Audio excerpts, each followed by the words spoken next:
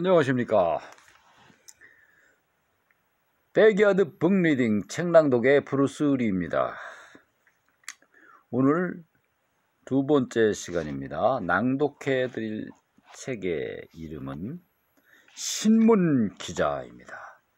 구독해야만 좋은 일이 생깁니다. 감사합니다. 자, 오늘 읽어 드릴 꼭지 제목은 수상한 압박과 신원조회. 주변 사람들에게 참 태연하다, 천연덕스럽다는 말을 자주 듣는다. 하지만 나 역시 두려울 때도 있다. 친구들은 물론이고 선배 기자들에게 신변 조심하라는 충고를 듣기도 한다.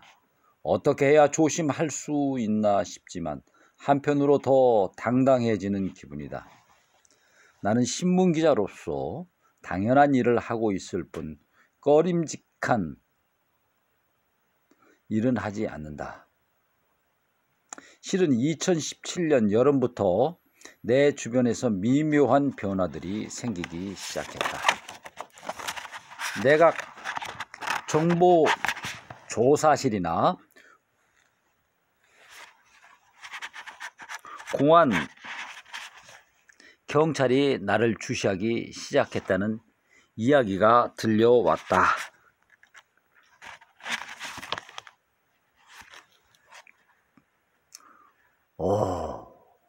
이럴 수가. 주간지에 그런 내용이 실리기도 했다.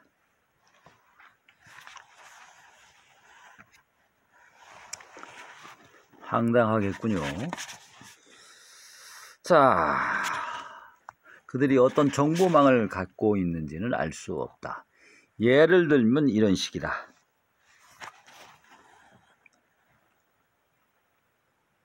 내각조사실 측에서 나의 지인인 C 기자와 안면이 있는 의원에게 C씨는 어떤 사람입니까? 라고 물었다고 한다. 얼마 지나지 않자 이번에는 나에 대해 물었단다.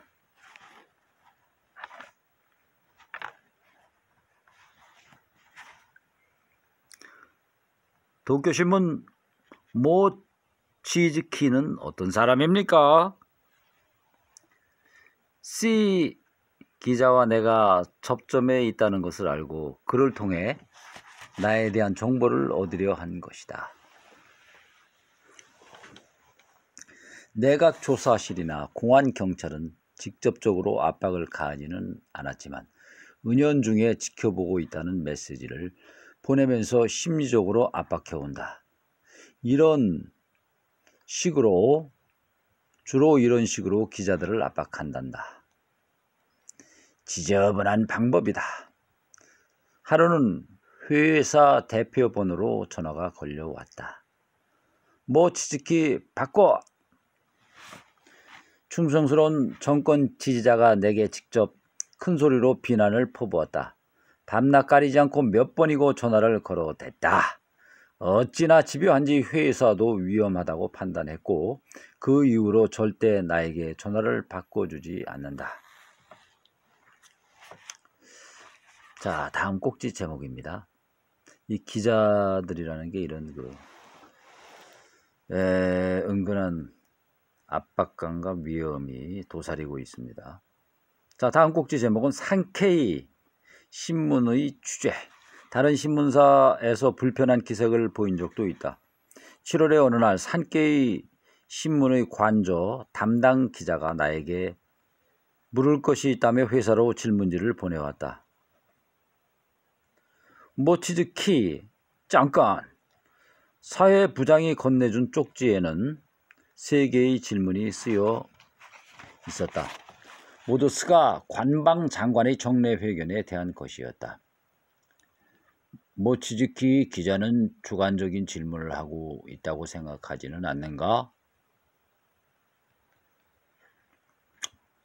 두 번째는 질문을 간결하게 하고 같은 취지의 질문은 삼가라는 주의를 받은 적이 있는데 개선할 필요성을 느끼고 있나? 세 번째 질문은 기자회견에 어떤 자세로 임하고 있으며 앞으로는 어떻게 해나갈 것인가? 그 기자는 6월 하순경 스가 요시히데 관방장관 도쿄 신문 기자에게 사실인지 확인하고 질문해라. 직언이라는 제목의 기사를 썼었다. 갑자기 보낸 질문이지만 답하지 않으면 곧 기일까지 답변이 오지 않았다라는 내용을 담아 기사를 쓸 것이 뻔했다. 회사 담당자가 의견을 정리하여 편집국 이름으로 답을 보냈다.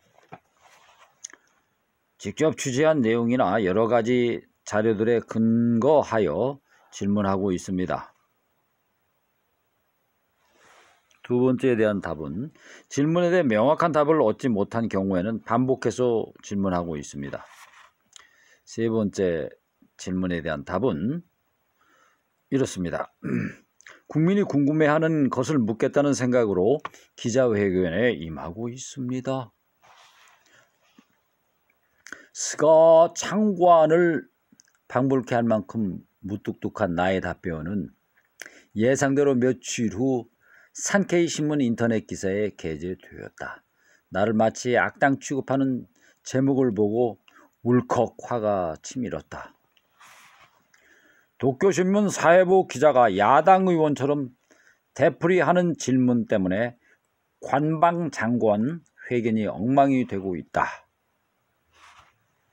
헤드라인이죠. 기사의 어조는 담담했기 때문에 뭐 괜찮아 하고 무시할 수 있었다. 그래도 무슨 생각으로 기자 일을 하고 있는 거냐고 따지고 싶었다. 산케이 신문과는 약간의 인연이 있다. 한창 취직 준비를 하던 때 필기 시험을 망쳐도 나한테 꼭 연락해라고 말해주던 대학교 선배 덕분에 선배가 일하던 산케이 신문에도 호감을 갖게 됐다. 또 도쿄 신문에는 산케이 신문에서 이직해온 여러 선배 기자들이 있는데 다들 열심히 취재해서 좋은 기사를 썼다. 마음속으로는 늘 존경해온 분들이다.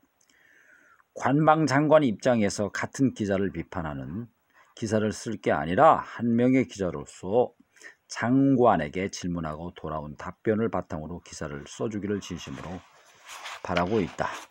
한 프리랜서 기자는 나도 참석한 관저 회견에서 이렇게 물었다. 많은 분이 관심을 갖고 있는 부분이라고 생각합니다만 최근 도쿄신문이나 재팬타임스 소속 기자들이 하는 질문들이 집요하다고 느끼시는 않는지요? 애써 기쁜 표정을 숨기며 스가 관방장관이 대답했다. 아닙니다. 전혀 그렇게 느끼지 않습니다. 스가 장관의 본심이 아니라는 걸 잘 알았다. 회견 영상을 보면 나도 내가 집요하다고 느껴졌을 정도니까. 자, 그 다음 꼭지 제목입니다. 그 다음 꼭지 제목은 잊을 수 없는 사건입니다. 폐시름에 걸려 쉬는 동안 어머니가 돌아가신 후 눈코 뜰 새 없이 바쁘게 보낸 나날들을 떠올렸다. 특히 신문기자로서 지금까지의 나를 돌아보는 시간을 가졌다. 신입 시절에는 무조건 특종만을 노렸다. 다른 신문에 게재되지 않은 기사를 보도하고 싶은 마음에 독자적인 기사거리를 찾아서 혈기왕성하게 뛰어다녔다. 욕심이 앞선 탓에 엉뚱한 실수를 저지른 적도 있다. 신입사원 연수를 거쳐 지바지국에서 일하던 때였다. 모 사건에서 아무 잘못 없는 사람을 용의자로 확신하고 그 사람의 사진을 담아 체포 기사를 쓴 적이 있다. 내가 용의자라고 오해한 사람은 폭력 조직의 두목이었다. 정보를 제공해준 경찰 간부가 사건을 잘 아는 사람이었기에 별다른 의심 없이 지바현 지방판에 기사를 실었다. 지국에 도착한 조관을 보며 혼자 만족스러워하고 있을 때 다른 경찰 간부에게 전화가 왔다. 모치즈키 씨, 기사 읽었는데요. 그 두목은 잡히지 않았어요. 순간 온몸이 얼어붙는 듯했다. 체포된 것은 두목이 아닌 폭력 조직의 간부였다. 사죄하러 가는데 따라가겠다고 사정했지만 모두가 말리는 바람에 결국 지국장과 캡이 나 대신 폭력 조직 사무소로 향했다. 다행히도 꽤 연배가 있던 두목은 마음이 넓었다. 사정을 듣고 웃으면서 이렇게 말했다고 한다. 기운찬 기자님이십니다. 젊을 때는 실수도 하는 법이지요. 두 분에게 소식을 전해 듣고 나도 모르게 가슴을 쓸어내렸다. 그날 입사 후 처음으로 경위서를 썼다. 특종을 쓰고 싶다는 욕심으로 앞뒤 가리지 않고 돌진하는 경주마 같았던 나에게 따끔한 맛을 보여준 사건이었다. 지금도 잊을 수 없는 특종이 있다. 사이타마 지국 시절 취재했던 사건이다.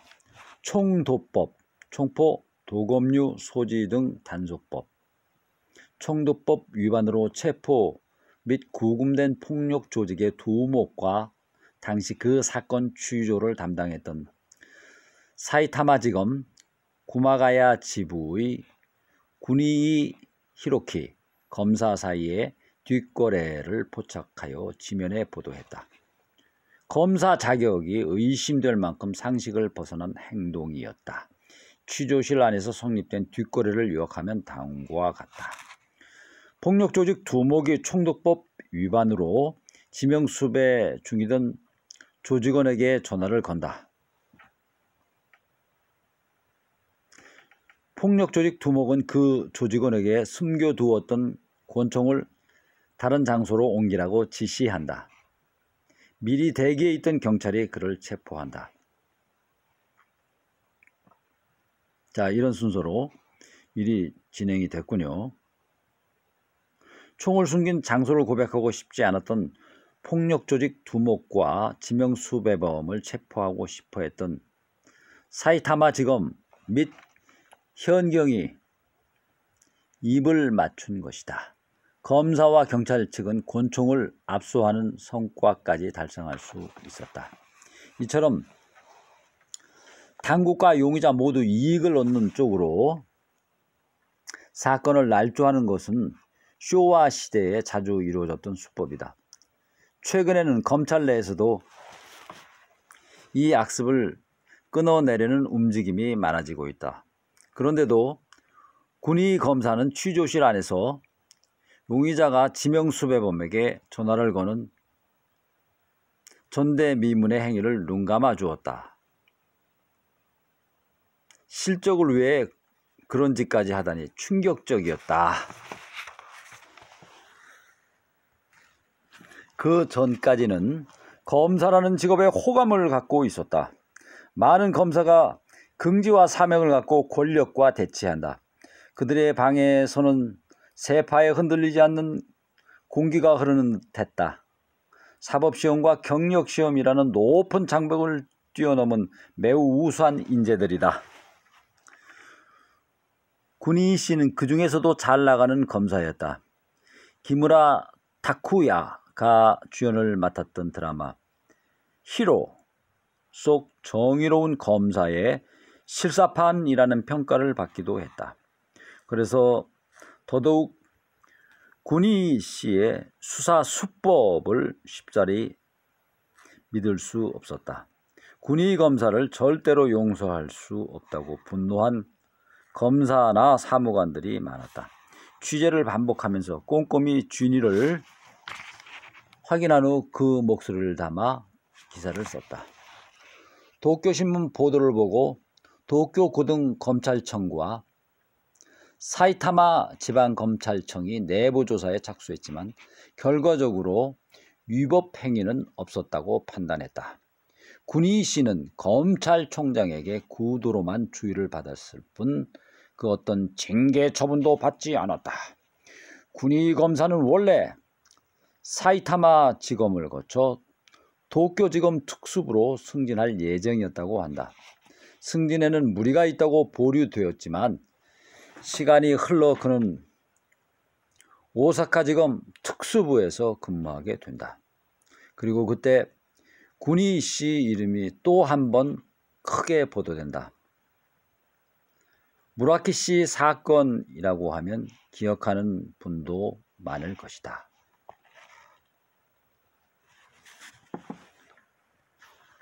다음 꼭지 제목은 누명 사건에 또다시 등장한 군의 검사란 제목입니다. 후생 노동성의 무라키 아스코 씨, 현 이토추 상사 사장 및 오사카 대학교 남녀협동 추진센터 초빙 교수.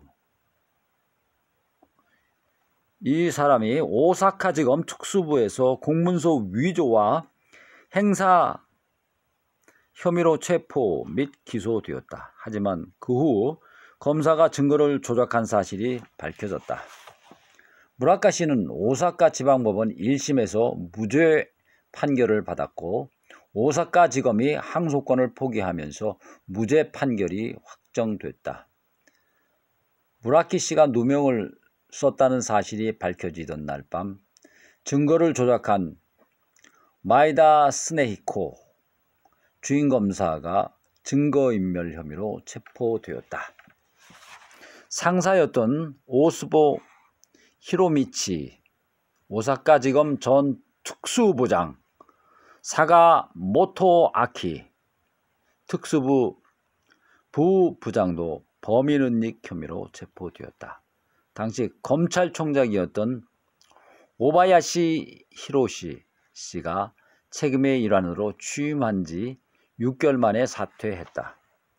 검찰 전체의 신뢰가 흔들리는 엄청난 사건이었다. 사이타마에서 오사카지검 특수부로 새롭게 부임한 군의 검사도 2번에 걸쳐 국가공무원법상 징계 처분을 받았다. 우선 주임 검사가 증거를 조작한 사실을 모두 자백했는데도 6개월 가까이 방치한 채 상사에게 보고하지 않았다는 이유로 감봉 1개월 처분을 받았다. 이어서 무라키 씨를 취조하던 중 상사가 실시한 조사에서 사실을 보고하지 않았다는 점이 또 한 번 드러나 경고 처분을 받았다. 군의 검사는 취조 과정에서 무라키 씨 이야기는 전혀 듣지 않고 자신이 생각한 대로 사건의 줄거리를 주저리 설명했다고 한다.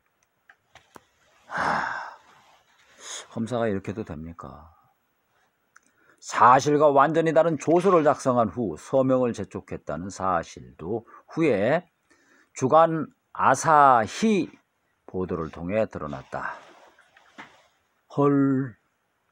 군의 검사는 최종적으로 불기소 처분을 받았지만 그때 썼던 엉터리 조서를 파기한 사실이 드러나 위증 및 증거인멸 혐의로 고발되기도 했다. 이건 목 잘라야 되는 거 아닙니까? 1심 재판에서 무라키 씨 변호인 측이 사이타마 시절 내가 보도한 곤충 뒷거래에 관한 기사를 증거로 제출했다고 들었다. 당신은 이런 일을 한 적이 있습니까?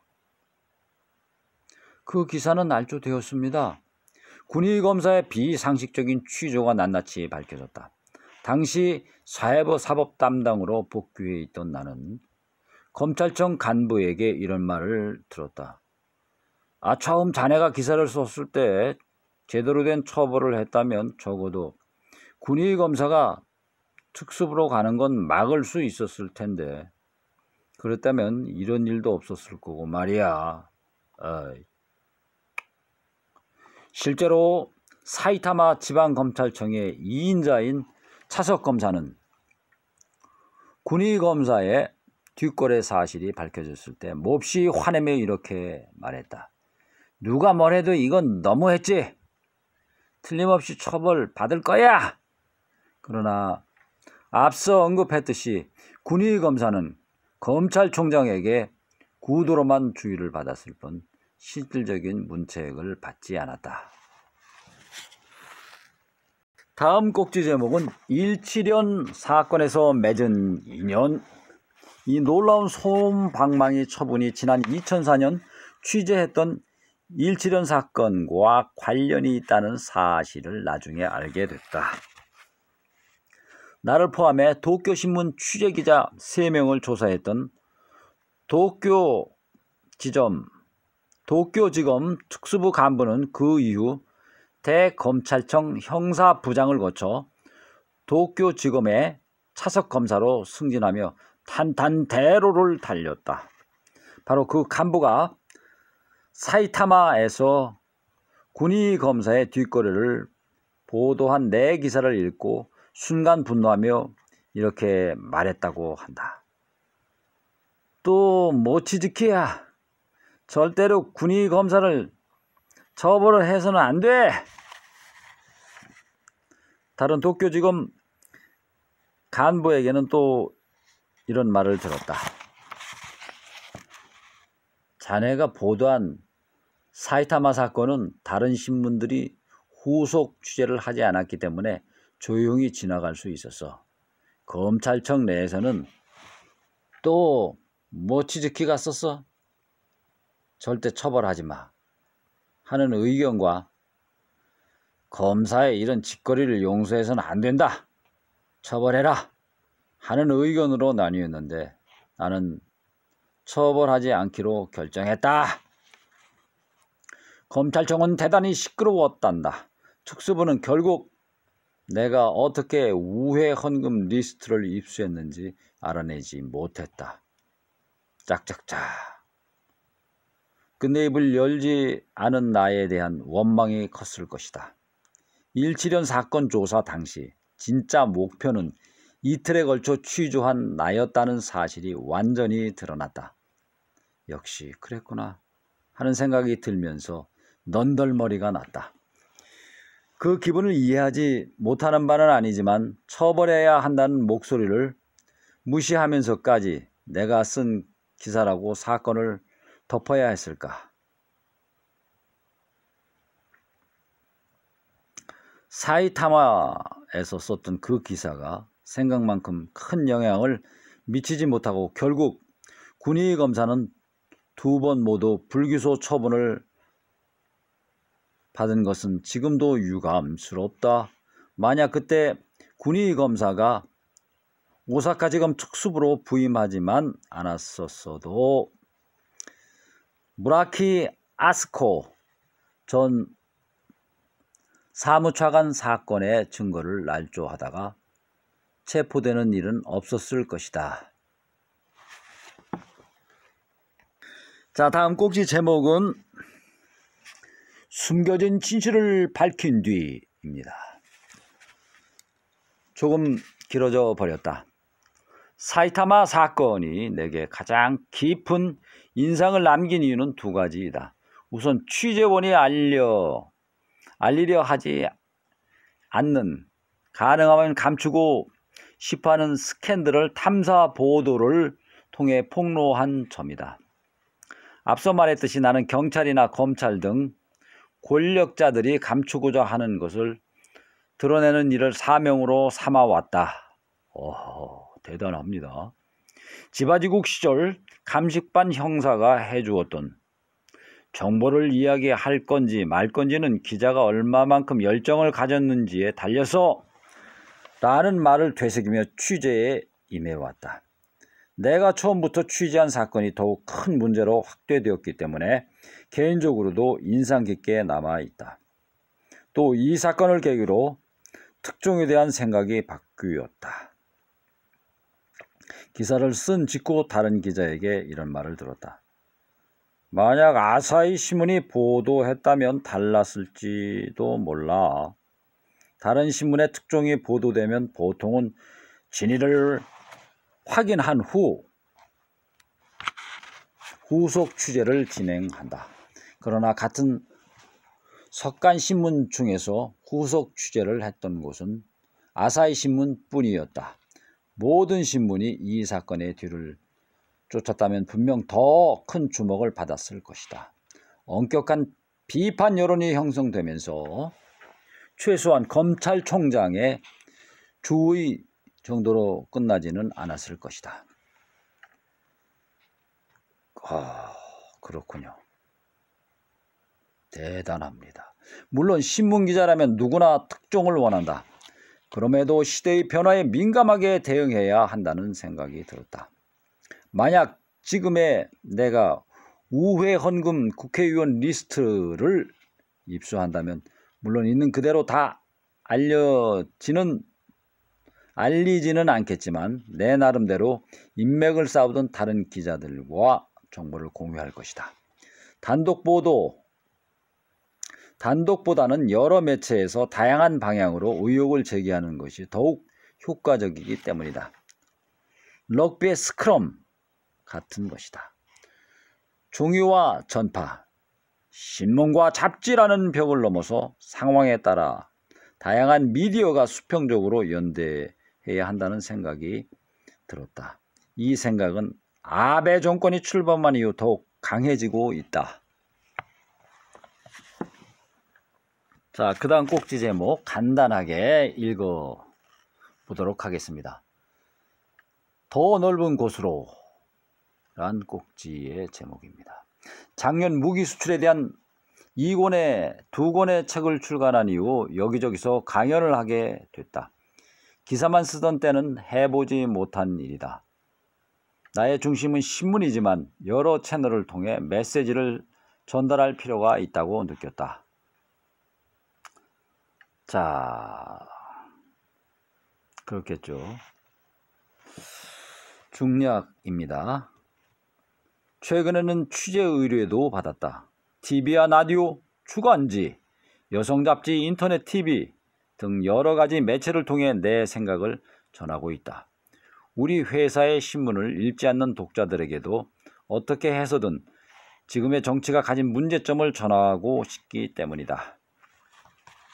활동 폭이 넓어졌군요. 좋은 현상이죠. 자, 그 뒤에를 보면은 여러 가지 이제 나옵니다. 자, 중략하고요. 나는 분위기 파악을 못한다는 말을 자주 듣는데 실제로 그런 편이다. 일부러 파악하려 하지 않기도 한다. 그 덕분에 스가 장관이 감추려 하는 다른 표정을 들여다볼 수 있었다. 그 표정들을 보고 있으면 각해 문서는 없었다는 변명이 얼마나 억지스러운 말인지 느껴진다. 보고 있는 사람도 이런데 본인은 마음이 어떨까? 질문들이 쌓여 큰 소리가 되고 언젠가는 정권을 뒤흔들 거라고 믿으면서 매일 총리 관저로 향하고 있다. 나는 특별한 일을 하는 게 아니다. 권력자가 감추고 싶어하는 것을 드러내기 위해 열정적으로 취재원을 만난다. 아하, 그렇군요. 취재원을 만나는군요. 기자로서 내가 가진 사명은 이것뿐이다. 앞으로도 이상하다고 느끼면 질문을 던지고 끝까지 파고들 것이다. 집요하다는 말을 듣거나 심지어 혐오감을 준다 해도 상관없다. 그림 퍼즐을 맞추는 것처럼 하나씩 의문을 풀어가고 싶다. 이게 기자 정신이군요. 예, 개인적인 상황에서는 이렇게 집요하게 물어보면은 인간관계 끊어지는 상황이 좀 벌어지죠. 자, 기자는 그래서 그 특권을 누리고 있는 겁니다. 다행히도 중학생 때부터 꿈꿔왔던 기자가 될 수 있었다. 신문기자 모치즈키 이소코의 자세는 무엇을 취재하든지 간에 결코 달라지지 않을 것이다. 예, 진실을 밝히는 그 정신에 투철하군요. 박수를 보냅니다. 짝짝짝짝. 감사합니다. 구독하면 좋은 일이 생깁니다.